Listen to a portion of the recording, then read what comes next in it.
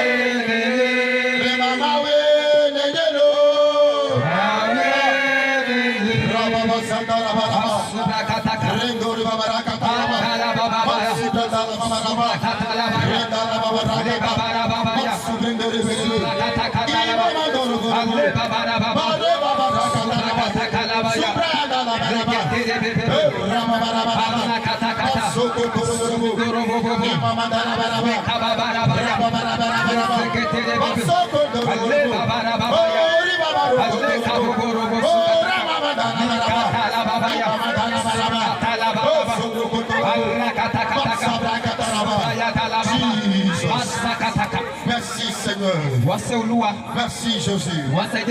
Merci Elohim. L'heure a sonné. Je voudrais parler à ton peuple. Ton canal est là. Vil et inutile. Il porte ma personne. Mets-toi à ma place. Parle à quelqu'un. Guéris un cœur. Délivre un cœur. Donne la joie à un cœur.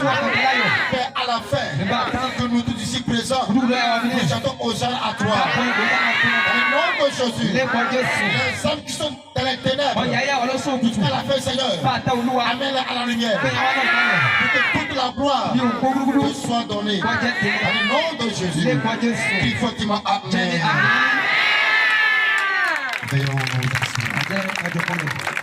Oh, alléluia. J'aimerais que tu t'assieds comme un commandant. Lève ton commando. Ah, il dit un commando là. Je n'ai pas dit d'appuyer pour te lever. Assieds-toi. Voilà, lève ton commando. Voilà. C'est la main de ton you are blessed. You are blessed. In Jesus' name. Be amen.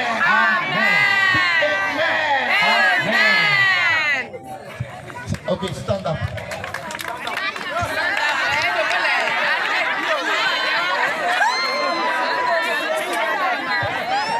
Veuillez vous asseoir. Alléluia. Acclame très fort Jésus-Christ. Amen. Nous disons un grand message ce soir. J'aimerais dire à quelqu'un que personne ne va devant te retourner aujourd'hui. Si tu es arrivé ce soir, tu vas rentrer avec quelque chose. Un changement viendra dans ta vie.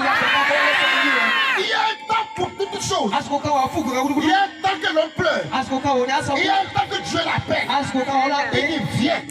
C'est moi qui apaise le cœur. Et je vais t'apaiser le cœur. Toi qui es arrivé ce soir, je dis va apaiser ton cœur. Mets ta main à carte encore plus fort. Je dis va apaiser ton cœur. Je dis va apaiser ton cœur. Il va apaiser ton cœur. Il va apaiser ton cœur. Il va apaiser ton cœur. Il y a une femme ici.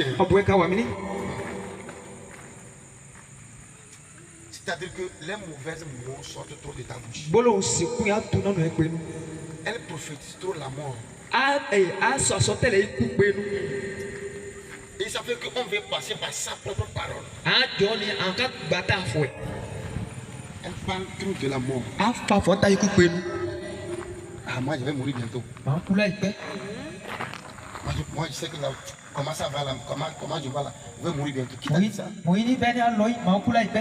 Alors je parle, elle veut passer par sa parole pour l'éliminer. Lève-toi, dis-moi Yehovah.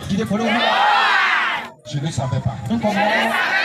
C'est dans la douleur que j'ai dit ça. Tout méchant qui est passé par là, pour quitter ma vie là, ce soir, amène-les loin. Libère-moi.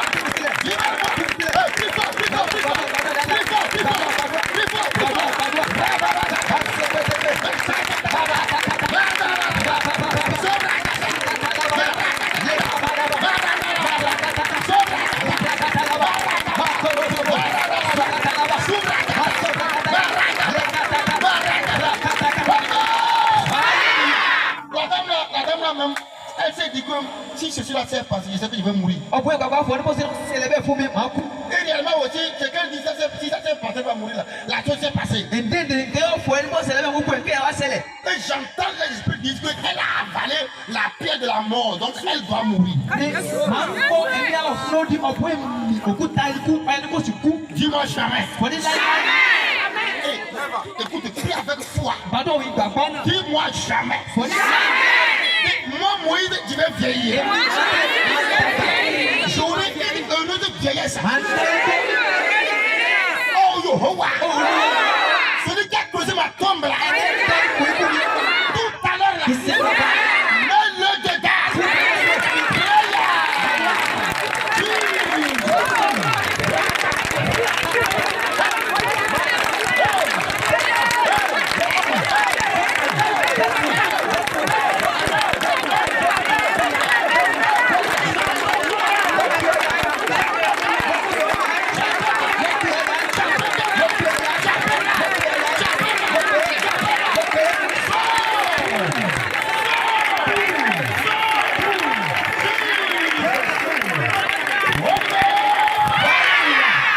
bien-aimé, dis je vivrai. Dans le nom de Jésus.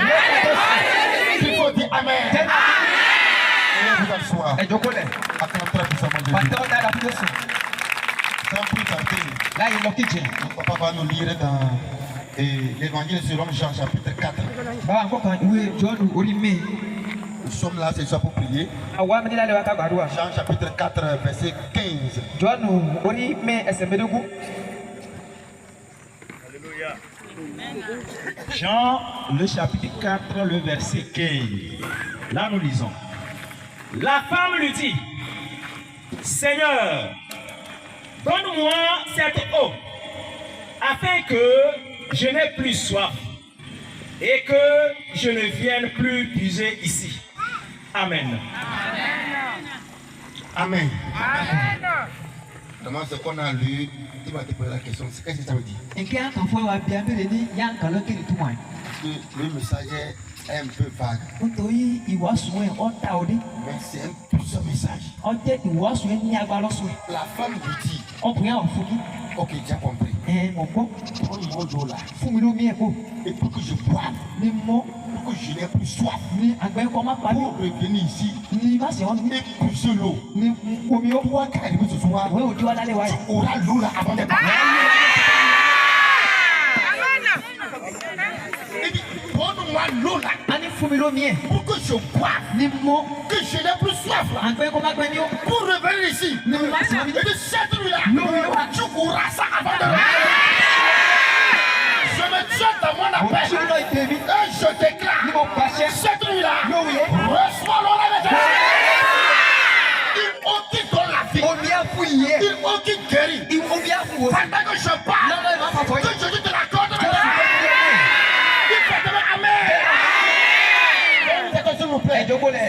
Ici, on nous parle d'une femme samaritaine. La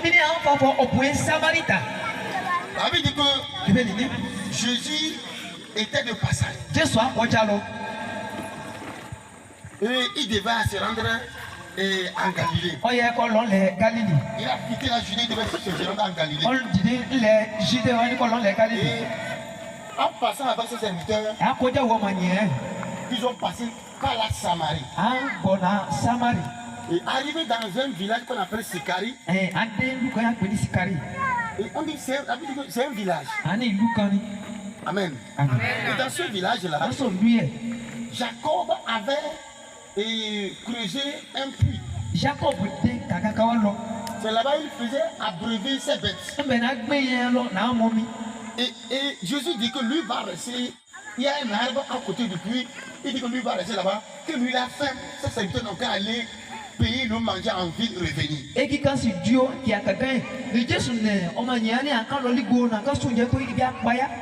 Nous tous ici, on a entendu parler de Jésus. On a vu nous dire que Dieu a multiplié le pain ou bien. Il a aussi multiplié les poissons. Est-ce qu'il faut dire qu'il a multiplié le pain puis avoir faim? Alléluia. Lui qui est Dieu, est-ce qu'il peut encore avoir faim? Il ne peut pas avoir faim. Mais arrivé là-bas, il dit à ses serviteurs que lui il a trop faim. Il ne peut pas marcher. Donc lui va rester là-bas. Eux ils n'ont qu'à aller payer manger. En temps normal, ces serviteurs qui sont des hommes, c'est eux qui doivent avoir faim plus que lui. Mais lui il dit que lui il a plus faim. Que lui va rester ici attendre. Ils n'ont qu'à aller payer manger et revenir. La Bible nous fait savoir pendant ce temps-là, une femme samaritaine allait venir pour puiser de l'eau. Hey, alléluia. Et Jésus est assis là-bas. Maintenant, il a vu la dame. La dame venait seule. Nous-mêmes, nous savons que dans nos villages, le matin comme ça, une seule femme ne va pas au puits. Une seule femme va aller au marigot. Elles vont comme deux ou bien trois. Quand elle puise là, l'autre aide son prochain à lui à se charger. Mais la dame là, elle n'avait pas d'amis. Elle marchait seule. Seul. Il Il y a ces femmes samaritaines parmi nous ici. Il y a des hommes samaritains parmi nous ici. Alors je parle. Il n'a plus d'amis. Alors là, il n'a plus d'amis. Il a peur. On parle mal. Ce n'est pas ce qui lui arrive et qui lui crée la honte, non. Je compare de lui à cause de ce qui lui est arrivé là. C'est ça qui gêne.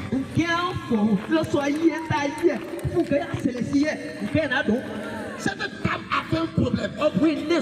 Son problème était que quand elle marie un homme, après un petit temps, ça se gâte. 5 maris, 5 enfants. Chaque homme avait son enfant. C'est ça, non? Alléluia. Chaque homme avait son enfant. Donc, dès qu'elle tombe enceinte, les problèmes commencent en même temps. Donc, jusqu'à elle va accoucher là, l'homme va dire que, ok, je me décharge. Alors, je ramasse toi et pas. La dame là était sur le 5e mari. Et ça fait qu'elle n'avait plus d'amis. Les gens là, le français peut les appeler Bluetooth. Alléluia. Praise the Lord. Alléluia. Elle est ici, non? Elle est ici. Elle est ici. Je connais une soeur. Avant que je ne quitte le village, elle était sur le 16e mari. 16e homme. 16. Attends, comment dire 16? Il dit 16. Alléluia. Amen. 16 hommes.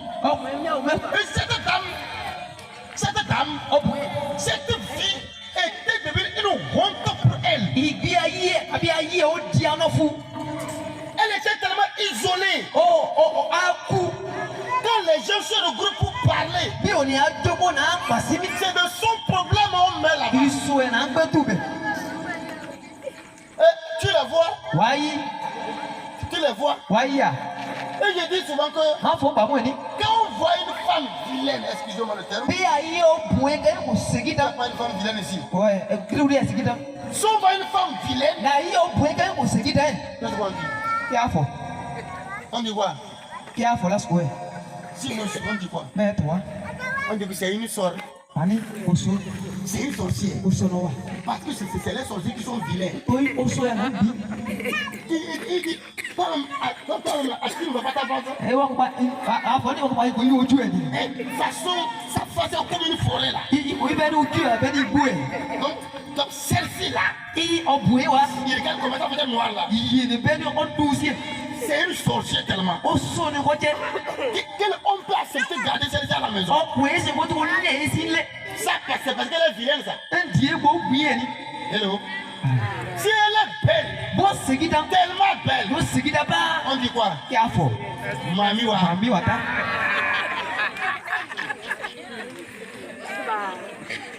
Mamiwa. Bon, maintenant là, elle a 4 vilaines, elle a 4 belles. Est-ce que vous connaissez les femmes qui sont entre les deux? Qui est là-bas qui veut que sa femme n'a 4 entre les deux? La personne n'a qu'à lever le doigt. Celui qui est là-bas, il veut que sa femme n'a qu'à être. Il ne faut pas qu'elle soit belle. Il ne faut pas aussi qu'elle soit vilaine, qu'elle soit moto au milieu là. La personne n'a qu'à lever le doigt. Je sais que jusqu'à lever le doigt, ta femme est ici, elle va à la maison. Alléluia. Praise the Lord. Amen. Amen. Amen.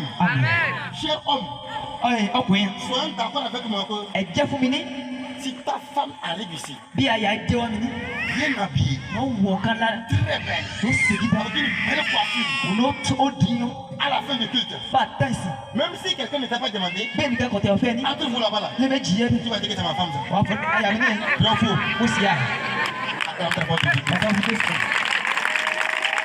Alléluia. C'est de la même manière aussi. Mais pour les femmes, femme. On voit un homme tellement élégant. Il a 3 épingles, très beau. Il y a attention à l'habillement. Tu avais tes camarades là. Oh,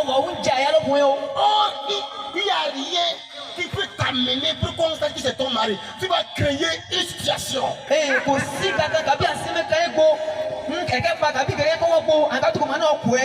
va fabriquer quelque chose. Elle a son portable. Son mari a son portable. Au milieu de vous là-bas là. Elle va quitter. Tonton, tu vas voir, il a quelle heure? Les vont demander. C'est ton mari.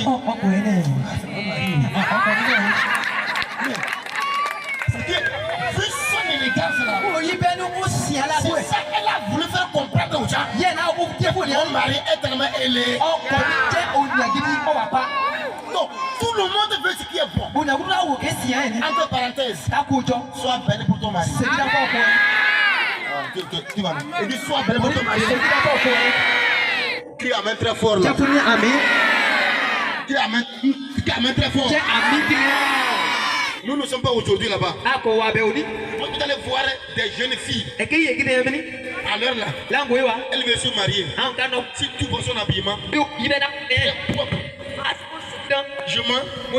Quand elle se marie finie là, elle prête maillot numéro 10. Il n'y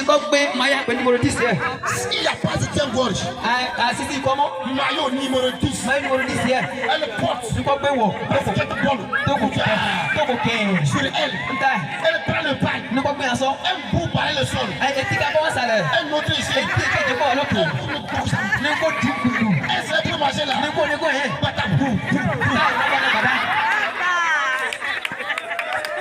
Alléluia. Mais dans le flot de Marie là, elle se prépare bien. Et vous faites ça, vos maris sortent. Tu attaques maintenant l'homme là, on l'attrape. Dis l'homme là, on l'attrape. Dis-moi fortement, amen là. On l'attrape, on dépose. Quand tu le dépasses de à la maison là, si tu voulais sortir là, ton parfum va le jeter dans la chambre. Il va le te coucher en même temps.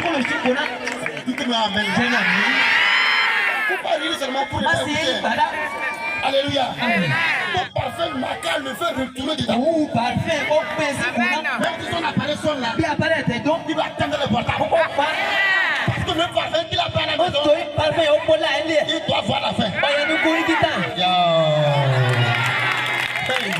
Alléluia. Alléluia. La dame, ce n'était pas ça. C'était devenu un sujet de honte. La honte pour elle. On appelle ça la malédiction. Des gens sont ici sur le 5e ou le 6e commerce, mais rien ne marche. Il a vendu le sel, échoué. Vendu le cube, échoué. Vendu le jus, échoué. Préparer comme échoué. Préparer la bouillie, échoué. Vendre la fripérie, échoué. Tu peux compter millions de données. Dans une semaine, échoué. C'était une malédiction qui combattait la dame là. C'était une douleur dans son corps. Au lieu que les gens l'aident, au lieu qu'on compatisse à sa douleur, on ne commençait pas à l'insulter. Mais écoutez-moi très bien. Ce que tu traverses là, ne crois pas que quelqu'un va parler avec toi. C'est faux. Je dis, j'ai dit quoi? C'est j'ai fréquenté une école, maintenant j'ai terminé. Personne ne va me dire quelque chose aujourd'hui. Alléluia. Amen. Ce que tu traverses là, c'est que ton frère peut te dire là. Ça va aller. C'est fini. C'est fini. À part ça va aller. Lui ne peut jamais accepter de prendre pour lui te donner. C'est vrai. À part ça va aller. Il ne peut jamais prendre pour lui. T'amener. Pour que tu vas réussir. Ça ne dépasser jamais. Une seule personne pour relever l'homme. C'est Jésus-Christ. Jésus va te relever. Oh, Jésus va te relever. Jésus va te relever. Jésus va te relever. Jésus va te relever.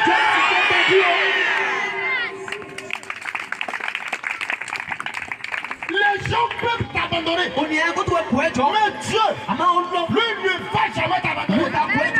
Il y a un homme parmi vous là-bas. L'homme est trop pressé. Passe-toi seulement. Tu verras que Dieu va agir dans ta vie.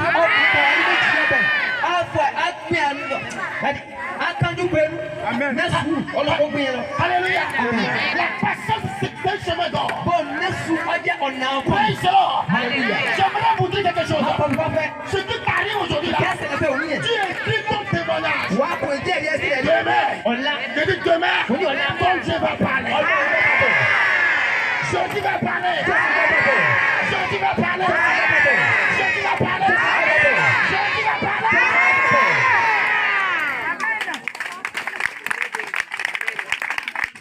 Alléluia. Alléluia. Cette dame-là, tout le monde l'a abandonné. Personne n'était à côté pour l'encourager. Ça fait qu'elle-même se disait, si je mourrais même là, c'est mieux. Elle est allée au plus seule. Elle a commencé à puiser l'eau. Elle puise l'eau en chantant.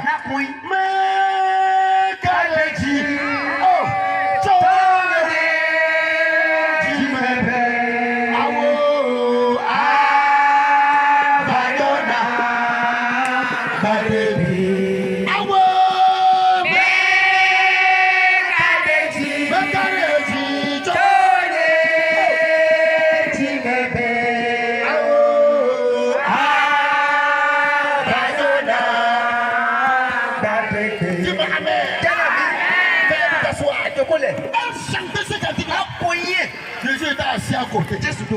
il sourit.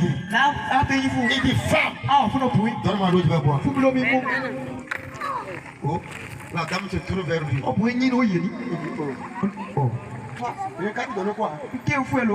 L'eau.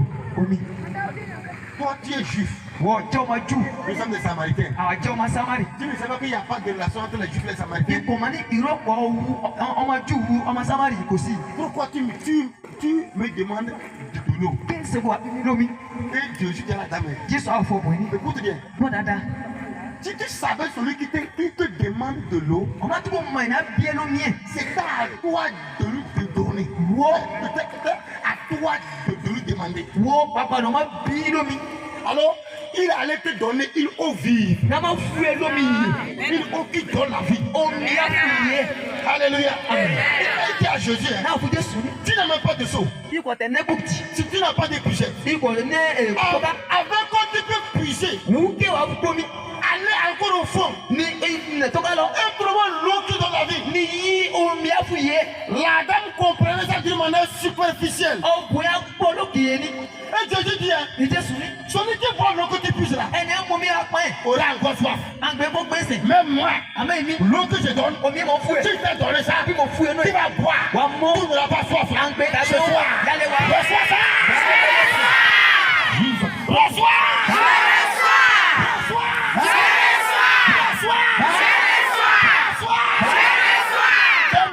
Écoutez bien.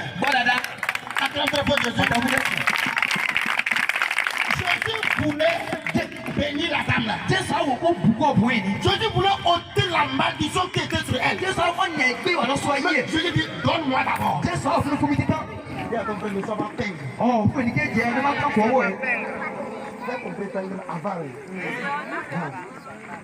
Dis, nous sommes en peine. Dis-lui ça là. Vous pouvez mettre au jour. Vous pouvez mettre au jour là.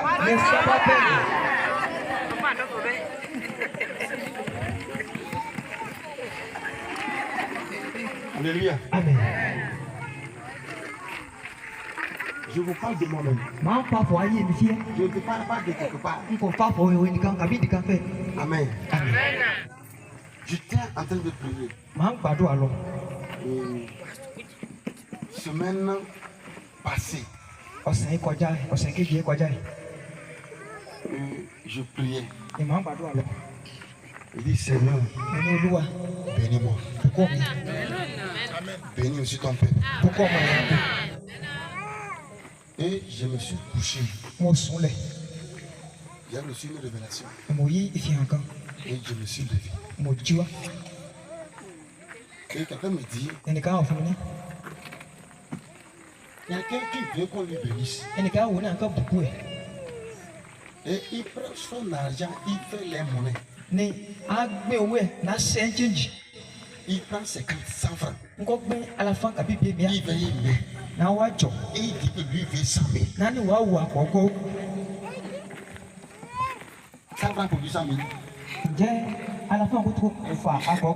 Demande-lui. Est-ce que 100 francs pour lui 100 000? À la fin, Il faut le demander, c'est moi qui t'ai envoyé. à la fin, Il doit parce que c'est moi qui t'ai envoyé. Dis que c'est moi qui t'ai pour lui demander. Oh, folie, papa, mon bien. Papa, mon bien, 100 francs pour lui 100 000. Mais à la fin, Alléluia. Amen. Écoutez bien. Les enfants ne sont jamais bénis. Et on y a la jikaka ne beaucoup. Celui qui donne, il est béni.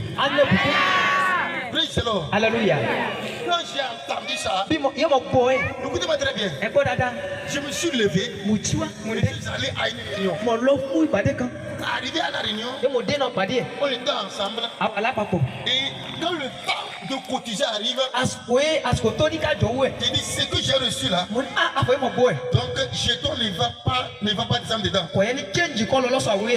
Oh, faut amen là. Faut encore amen. Et j'ai commencé à cotiser. Rien que les billets. J'ai cotisé les billets, ça me fait 5 000. J'ai fini, on a fini, on sort maintenant. Je mets la main dans ma poche, je vois que c'est 5 000 francs qui me restent. Je suis monté sur ma moto. Quelqu'un court vers moi. Qu'il est venu à la maison, il ne m'a pas trouvé. Donc Dieu m'a dit que lui m'a croisé ici. Lui là, sa femme a accouché hier. Il veut payer pour lui, il manque de produits. Lui il est venu vers moi. Lui sait que Dieu va faire passer par moi. Lui va trouver 5 000.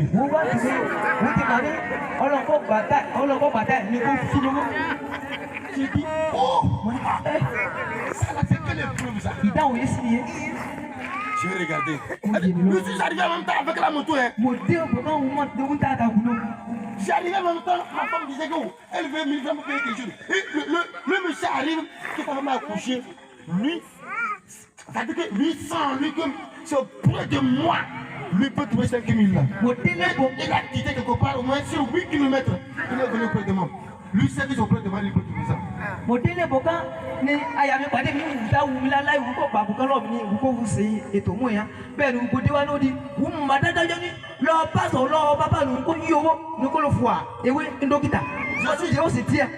Je suis descendu de la moto.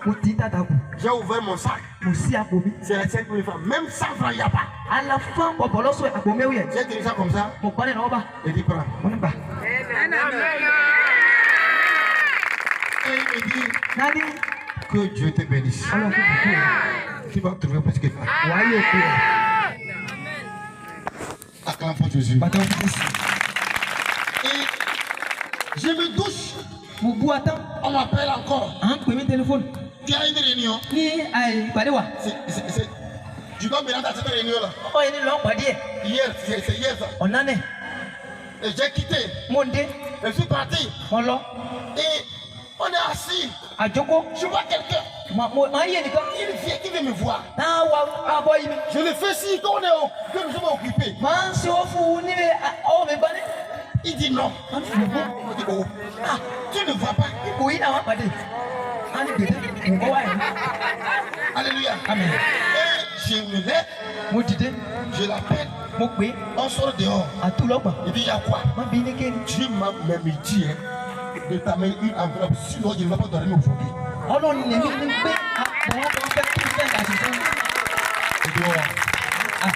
qu'il a parti, il a enlevé l'enveloppe était enceinte. J'ai pris ça en même temps. J'ai mis ça dedans. Là où tu as enlevé 5 000 là, j'ai ramené ça là-bas. Vous savez, c'est comme ça que Dieu nous met à l'épreuve. Nous prions beaucoup ici. Nous demandons la bénédiction. Mais pour des autres, mais on va venir ici remercier Dieu. Dieu a venu 4 fois. C'est 25 que tu mets.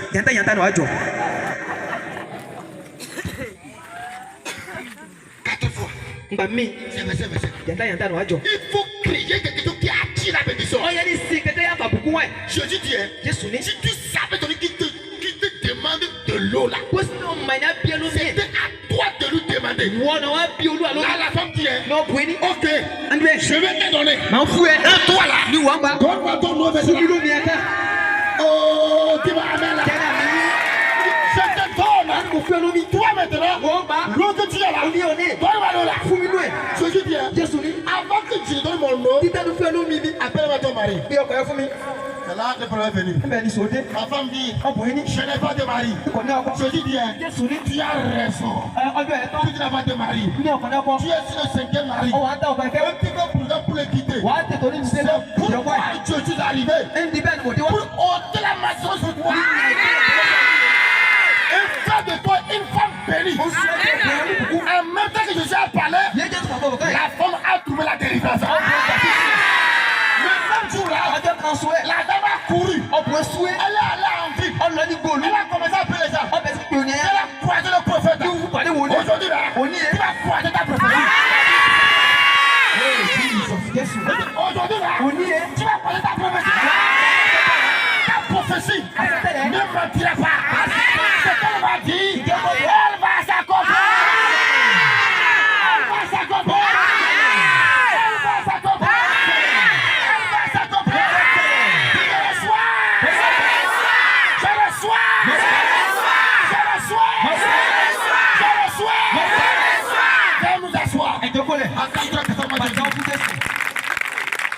Alléluia. Praise the Lord. Alléluia. Quand on va à l'église là, nos doigts ont des yeux. Nos doigts ont des yeux. Quand on veut commencer les quêtes là, il met la main comme ça. Il voit que ça c'est tellement gros, ça pèse. C'est combien ça? 500. Il fait de ça. Ça là c'est large. Il y a un rond au milieu. C'est 250. Ça là c'est un peu plat. Il y a un petit rond au milieu. C'est 200, ce n'est pas ça. Ça là c'est un peu large, c'est un peu rocailleux.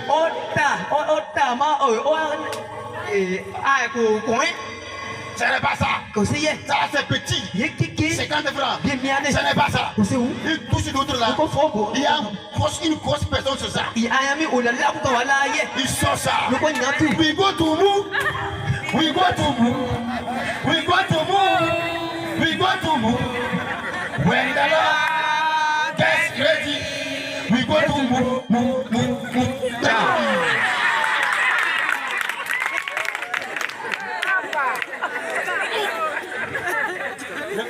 Change. Dites en fait que Change.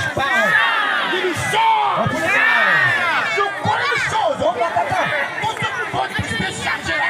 Mon Dieu va changer ta vie. Moi, je ne veux pas durer en prière. Mais dans ta vie là, que Dieu va te passer. Que Dieu va te passer. Celui qu'on veut envoûter des mots de pied là. Comme ça là. Ça te fait tellement mal. Oui, tu fais la fin de la prière là. Écoute, ça va partir. Ça va partir. Tu as changé la vie de cette femme. Moi aussi là. Tu vas changer ma vie. Au nom de Jésus. Jésus. Masabrakata. Masubrakata. Mandorobo. Masubrakata. Jesus is the winner. I say, Jesus is the winner. I say, Jesus is the winner. He's the winner all the time. Hallelujah. Jesus is the winner. Jesus is the winner. Jesus is the winner. He's the winner all the time. He's the winner. Winner.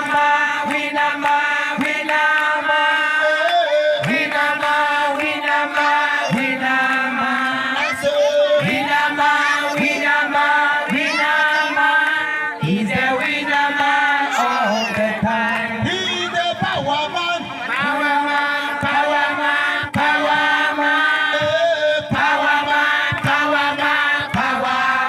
I say power man. He's the power man all the time. He's the winner man. Winner man.